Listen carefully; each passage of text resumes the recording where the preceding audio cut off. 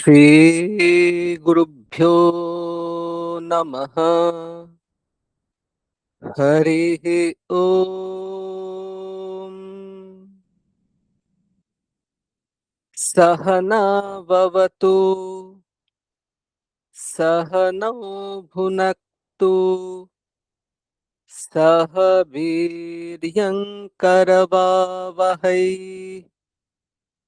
तेजस्विनावधीतमस्तु मा विद्विषावहै। ॐ शान्ति शान्ति शान्तिः। ॐ जातवेदसे सुनवामसो ममराति यतो निदहाति वेदः स नः पर्षदति दुर्गाणि विश्वा नावेव सिन्धुं दुरितात्यग्निः तामग्निवर्णां तपसा ज्वलन्तीं वैरोचनीं कर्मफलेषु जुष्टाम् दुर्गां देवीगं शरणमहं प्रपद्ये सुतरसि तरसे नमः। अग्ने त्वं पारयानव्यो अस्मान् स्वस्तिभिरति दुर्गाणि विश्वा पूश्च पृथ्वी बहुला न उर्वी भवातोकायतनया यशंयोः विश्वानिनो दुर्गः जातवेदस्सिन्धुन्ननावा दुरितातिपर्षि अग्ने अत्रिवन्मनसा गृणानो ओस्माकं बोध्यविता तनूनाम् पृतनाजितगं सहमानमुग्रमग्निगं हुबेम परमात् सधस्थात् स नः पर्षदति दुर्गाणि विश्वा क्षामद्देवो अतिदुरितात्यग्निः प्रत्नोषि कमीड्यो अध्वरेषु सनाच्च होता नव्यश्च सत्सि स्वाञ्च आग्ने तनुवं विप्रयस्वास्मभ्यं च सौभगमायजस्व गोभिर्जुष्टमयुजो निषिक्तन्तवेन्द्रविष्णु रनुसञ्चरेम नाकस्य पृष्ठमभिसंवसानो वैष्णवीं लोक इह मादयन्ताम् ॐ कात्यायनाय विद्महे कन्याकुमारी धीमहि तन्नो दुर्गिः प्रचोदयात्। ॐ शान्ति शान्ति शान्तिः। अथ श्रीमद्भगवद्गीता अथ नवमोऽध्यायः। श्रीभगवानुवाच गतिर्भर्ता प्रभुः साक्षी निवासः शरणं सुहृत् प्रभवः प्रलयस्थानं निधानौ बीजमव्ययम् तपाम्यहमहौ वर्षं निगृह्णाम्युत्सृजामि च अमृतं चैव मृत्युश्च सदसच्च चाहमर्जुन त्रैविद्या मां सोमपाः पूतपापा यज्ञैरिष्ट्वा स्वर्गतिं प्रार्थयन्ते ते पुण्यमासाद्य सुरेन्द्रलोकम् अश्नन्ति दिव्यान् दिवि देवभोगान् ते तं भुक्त्वा स्वर्गलोकं विशालम् क्षीणे पुण्ये मर्त्यलोकं विशन्ति एवं त्रयी धर्ममनुप्रपन्ना गतागतं कामकामा लभन्ते अनन्याश्चिन्तयन्तो मां ये जनाः पर्युपासते तेषां नित्याभियुक्तानां योगक्षेमं वहाम्यहम् येऽप्यन्यदेवता भक्ता यजन्ते श्रद्धयान्विताः तेऽपि मामेव कौन्तेय यजन्त्यविधिपूर्वकम् अहं हि सर्वयज्ञानां भोक्ता च प्रभुरेव च न तु मामभिजानन्ति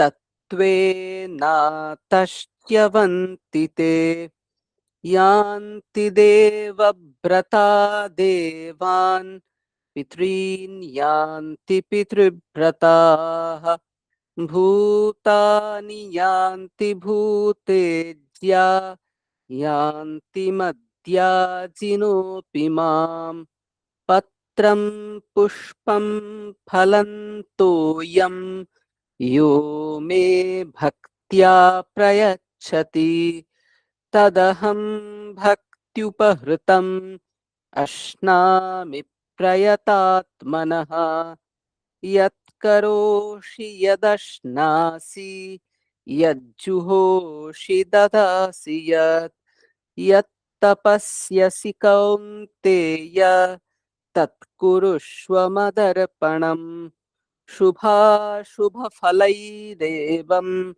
मोक्ष्यसे कर्मबन्धनैः सन्न्यासयोगयुक्तात्मा विमुक्तो मामुपैष्यसि समोऽहं सर्वभूतेषु न मे द्वेष्योऽस्ति न प्रियः ये भजन्ति तु मां भक्त्या मयि ते तेषु चाप्यहम् अपि चेत् सुदुराचारो भजते मामनन्यभाक् साधुरेव समन्तव्यः सम्यग् व्यवसितो हि सः क्षिप्रं भवति धर्मात्मा शश्वच्छान्तिं निगच्छति कौन्तेय प्रतिजानीहि न मे भक्तः प्रणश्यति मां हि पार्थव्यपाश्रित्य येऽपि स्युः पापयोनयः स्त्रियो वैश्यास्तथा शूद्रास्तेऽपि यान्ति परां गतिम् किं पुनर्ब्राह्मणाः पुण्या भक्ता राजर्षयस्तथा अनित्यमसुखं लोकम् इमं प्राप्य भजस्व माम् मन्मना भव मद्भक्तो मद्याजी मां नमस्कुरु मामे वैष्यसि युक्त्वैवम् आत्मानं मत्परायणः ॐ तत्सदिति श्रीमद्भगवद्गीतासु उपनिषत्सु ब्रह्मविद्यायां योगशास्त्रे श्रीकृष्णार्जुनसंवादे राजविद्या राजगुह्ययोगो नाम नवमोऽध्यायः। আজকের উপাসনা সপ্তম অধ্যায়ের 23 নম্বর শ্লোক। আমি পড়ছি। অন্তবত্তু ফলং তেষাং তদ্ভবত্যল্পমেধসাম দেবান দেবয়জো ইয়ান্তি মদ্ভক্তা ইয়ান্তি মামপি। আবার পড়ছি। অন্তবত্তু ফলং তেষাং তদ্ভবত্যল্পমেধসাম দেবান দেবয়জো ইয়ান্তি মদ্ভক্তা ইয়ান্তি মামপি। বলা হচ্ছে অল্পমেধসাম মানে যাদের মেধা প্রজ্ঞা অল্প, তারা যে সকল ফল লাভ করে তাদের চয়েসের কারণে, কারণ তারা অল্প মেধা বিশিষ্ট, বলা হচ্ছে তাদের ফল হচ্ছে অন্তবৎ, অর্থাৎ যার অন্ত আছে, যার বিনাশ আছে, সেই সকল বিনাশশীল ফল লাভ করে অল্প মেধাযুক্ত ব্যক্তিরা। আর যারা দেবয়াজাহ, সেই আগের শ্লোকে বলা কামনা বশত ভিন্ন ভিন্ন দেবতাকে যারা যজন করে, পূজা করে, তারা সেই দেবতাকে প্রাপ্ত হয়। মদ্ভক্তা ইয়ান্তি মামপি, যারা আমার ভক্ত, আমাকে ভজনা করে, তারা আমাকে প্রাপ্ত হয়। মানে অঙ্কটা খুব পরিষ্কার যে যারা অল্প প্রজ্ঞা বিশিষ্ট তারাই একমাত্র কামনা বশবর্তী হয়ে ভিন্ন ভিন্ন দেবতার অর্চনা করে। তার কারণই হচ্ছে তারা অল্প মেধা, তাই। এবং তারা যে ফল লাভ করে, তাদের কামনা বাসনা চরিতার্থ হয়, সেই যে কামনা বাসনার বিষয়, সেগুলো বিনাশী হয়, বিনাশশীল হয়। এবং তারা যে যে দেবতার স্তুতি করে সেই দেবতাকে প্রাপ্ত হয়। যারা আমার ভক্ত, আমার যজনা করে, তারা আমাকে প্রাপ্ত হয়।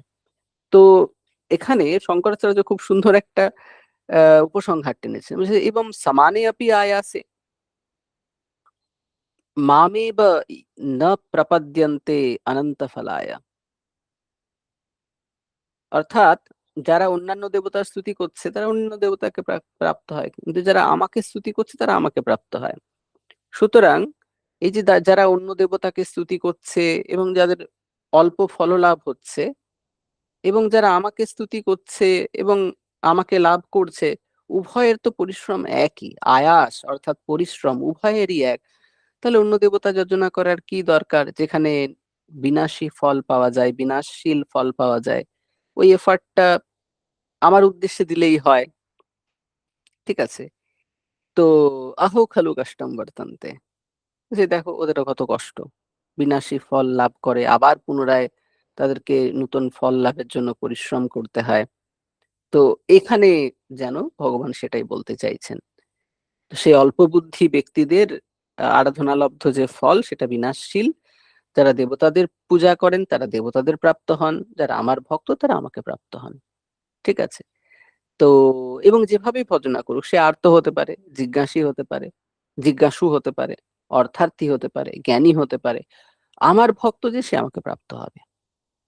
এবং তার কথা এটা যে তিনি শুধু বলছেন তা না, দেখুন শ্রীকৃষ্ণের জীবনের দিকে তাকিয়ে যারাই তার ভজনা করেছে, এমনকি দা ওর্স্ট ওয়ে পসিবল, যারা তাকে শত্রু হিসেবেও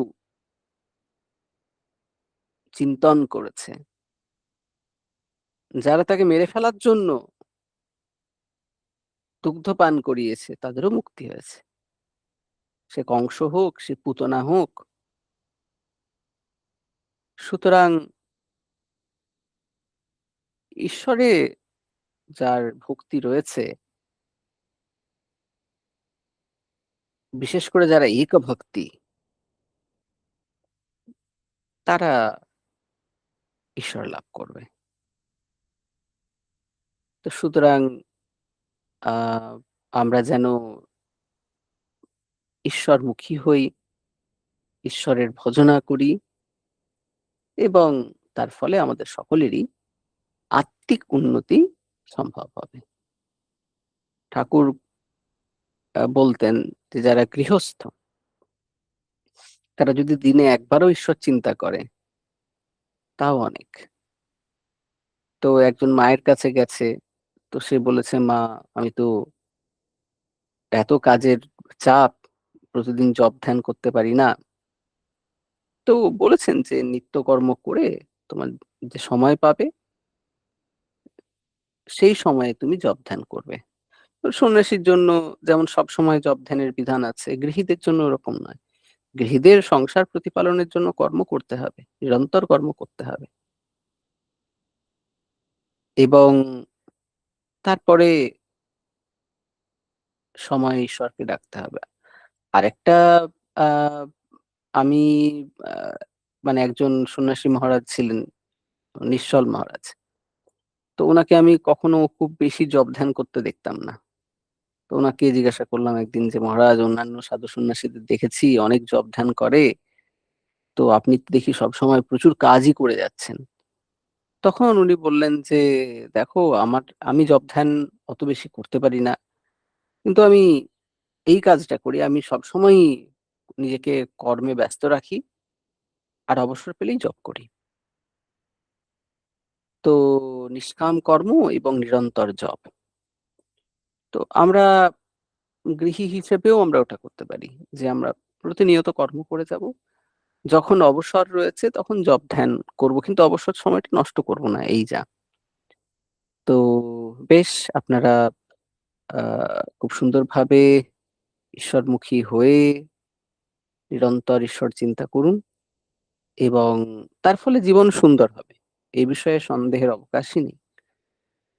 কারণ মন নেতিবাচক বিষয়ে যদি লগ্ন থাকে, তাহলে যে ধরনের মানসিকতা তৈরি হয়, যে ধরনের আ চিন্তনের গভীরতা তৈরি হয়, তার তুলনায় ঈশ্বর চিন্তা করলে অবশ্যই আমাদের চয়েস গুলো সেরকম হবে, আমাদের প্রাত্যহিক জীবন সেরকম হবে। আমূল পাল্টে যাবে। বেশ, ঠিক আছে। এরপরে আপনারা প্রাত্যহিক ধ্যান, জপ, পরিচর্যা ইত্যাদির মাধ্যমে আজকের সুন্দর দিন শুরু করুন। সকলকে সুপ্রভাত।